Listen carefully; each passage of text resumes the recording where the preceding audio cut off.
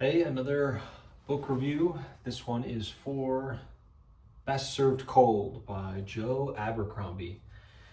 You'll see we just got into this lovely motel in Greensboro, but just for a night. Anyways, so what about this book? So, a little background for myself. I read all three of the First Law trilogy, right? I read all those books. I know that the second book was the best. Maybe even, come to think about it, maybe the first one was, it was maybe middle book, first book, and then last book was a far last for me. And my problems with the first one hinge a lot on the nihilism that like every character talks about and expresses all the time and thinks about. And I guess it's just a reflection of Joe Abercrombie. I'm not a huge fan of the nihilism in that and the disdain for, let's say, heroism and heroic characters and having an arc, a positive arc of any kind. And that led me to being very not happy with the first trilogy. Now, that didn't change with this one. I keep hearing people love this stuff, right? Like maybe these standalone books they're all pretty good, but then the best of the best is either the First Law trilogy or the Age of Madness trilogy. So I finished the First Law. I'm on to the standalones, but first one being Best Served Cold, and this was without a doubt a slow read, just super slow for me. There was the pacing of the book was super hindered by just me not having any fun with the book. I was completely like bored out of my mind while reading it.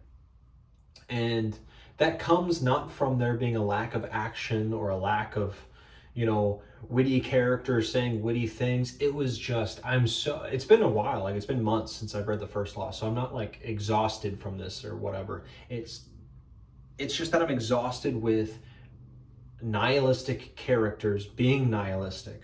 And in this one, it was worse. We had a character going from, and it was kind of like Logan from the first one, where he kind of started out wanting to be a new man, and then he regressed into his Bloody Nine persona, let's say, by the end. This was that again with Shivers, who came from the First Law trilogy, right? He was a guy that seemed pretty just like a northern named man who had a backstory with Logan. Now, this was worse. He was, wanting to be a better man, finding that the real world is what it is and you must do what you got to do kind of thing, Those who try to be better or have honest motives will just be beaten down by this world and by, from what it sounds like and what it feels like, our own world, because it feels like it wants to be a fantasy, and how I've heard people describe it's like a grounded fantasy, kind of more realistic. And that's kind of the message of this book, and the message of a lot of these characters is, hey, the real world bites, and it bites hard, and no matter whatever you brought into it, it's going to beat you down. And if you were evil and you were coming into it, you're probably going to come out on top. If you came in with good intentions or good motives, you're going to be toppled, you're going to be reversed, you're going to have bad things happen to you. Now, I'm bored with that. That is such a boring, uninteresting, distasteful topic and concept to me. I'm not some kind of guy who needs people dancing in the books and all this. And I love Pillars of the Earth, right? Like that is one of the most evil characters, the villain in that book.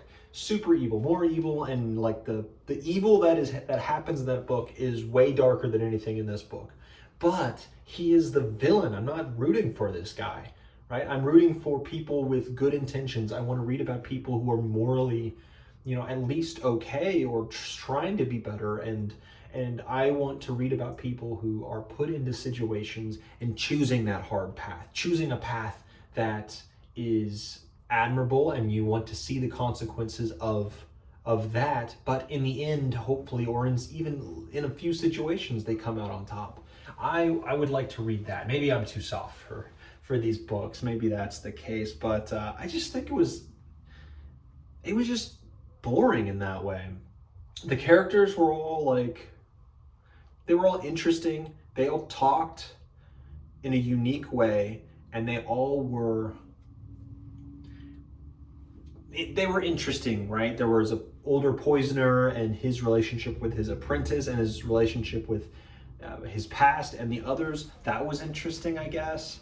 I would say there's a character who just like counts a bunch and is a kind of a brutal, simple kind of guy. Cool, not very interesting.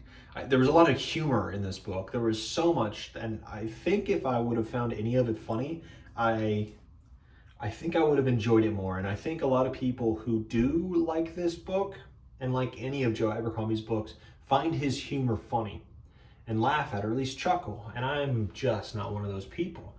And, you know, nothing bad or anything about people who do find that this stuff funny. I'm just not one of them. So the book doesn't hit me as it hits all these people, because I can't, that humor, I'm assuming, cuts a lot of the taste of that nihilism and makes it a little bit more digestible. But for me, it's straight nihilism with just like, I don't know, like in the trenches kind of humor where it's not really funny. It's not really funny at all. The one who only came like slightly close was Nekoma Koska. He was in the First Law trilogy. He's the mercenary captain who switches sides all the time wherever the wind is blowing. And he was close one or two times to making me go, huh. Other than that, like, it was nothing. He was interesting of himself, but he was one of the people who spouted the lines, the nihilistic lines all the time. The real backbone of the story, and I thought the backbone and the plot structure was very solid. Like, you start with the inciting incident, right? The revenge tale. This is the start. This is why the revenge needs to happen. And then you have the person who has that revenging, who needs done, who has that anger. And then you have these people who caused the problem, right? Now we're going to be hitting all of those off the list. And while that's happening, the world is changing and shifting, and now this is becoming more difficult. There's big set pieces. There's all this stuff. I can see why it's becoming a movie. I heard it's becoming a movie, and so I read it before any of that could happen. Hopefully the movie does this better. But anyways, I thought the plot structure was really solid. I thought it's on paper, it really should work, but the characters relied too much on humor that didn't work for me, or they were just very nihilistic and then left a really bad taste in my mouth. So I think it was well written. I think the plot structure again was great.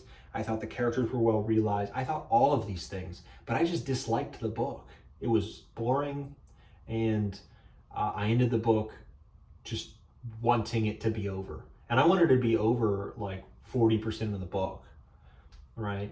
Like, once I think Shivers, spoilers, once Shivers turned, and that was the point of his character in this, is to turn from a bad man, or at least someone who's morally contemptible sometimes, trying to be better, right? That's how we meet him. Once he made that shift to not trying at all, accepting the lie, really, accepting the nihilistic nature that has been constantly hitting him in the face with some results, let's say. Once he finally switched over, my interest lost, and I'm no longer rooting for this guy. He was the only one I was halfway rooting for. Manzacaro, she kind of had this arc where they met in the middle and she moved over, and you as a reader realized that all of this stuff that's laid on her, she's the bad guy. She's the one who's throwing these nihilistic things in Shivers' face, trying to like tempt him, really, and portray him as a contemptible guy because he's trying to be good in a bad world, because you only make things worse. She kind of makes a switch over when the reader realizes that, oh, hey, her brother was the cause for most of these things, and she kind of took it on herself because she loved her brother. And she is kind of she has much more softer qualities that she kind of buries, but you see more and more of it. That I see what was trying to be done, but it didn't really happen that way. It kind of started here and they kind of ended at the same place a little bit. Maybe Manzikara was a little bit over, but it was all just not a good time. It really slowed me down. That took like a week of reading, like a 500, 600 page book, however long it is. Usually I'm finished with that in like 2 or 3 days. It took like a week. Yeah, I've been busy doing things, but it really slowed me down and made me not enjoy picking up a book or really my phone with the Kindle app on it, which I usually am very much wanting to do. This one was not that. But so I would say I disliked the book, but I thought all of the skeleton of it was good. I would give it, I haven't thought of it. I'd give it like a 6.8. 6.8, maybe, yeah, we'll go with that. It's not, maybe even like a 6.5, honestly. I'm trying to relate this to something, maybe like a food metaphor. Maybe, who knows, but I'll think about it in time. It's somewhere between 5 and 7, because it's better than average, but at least a 7 is like, at least I'm liking it now. As above it, up, obviously up and up, but it's somewhere, maybe even closer to 6, honestly, but it's in there. It's kind of shifting, and I'll probably dislike it more as it goes, so I'm gonna leave it at 6.5, call it a day. 6.5. We'll see what my next book is, and we'll see that this will not be my background for the next one. Thankfully, this is a mistake of a booking, but yeah, on to the next book, on to the next location.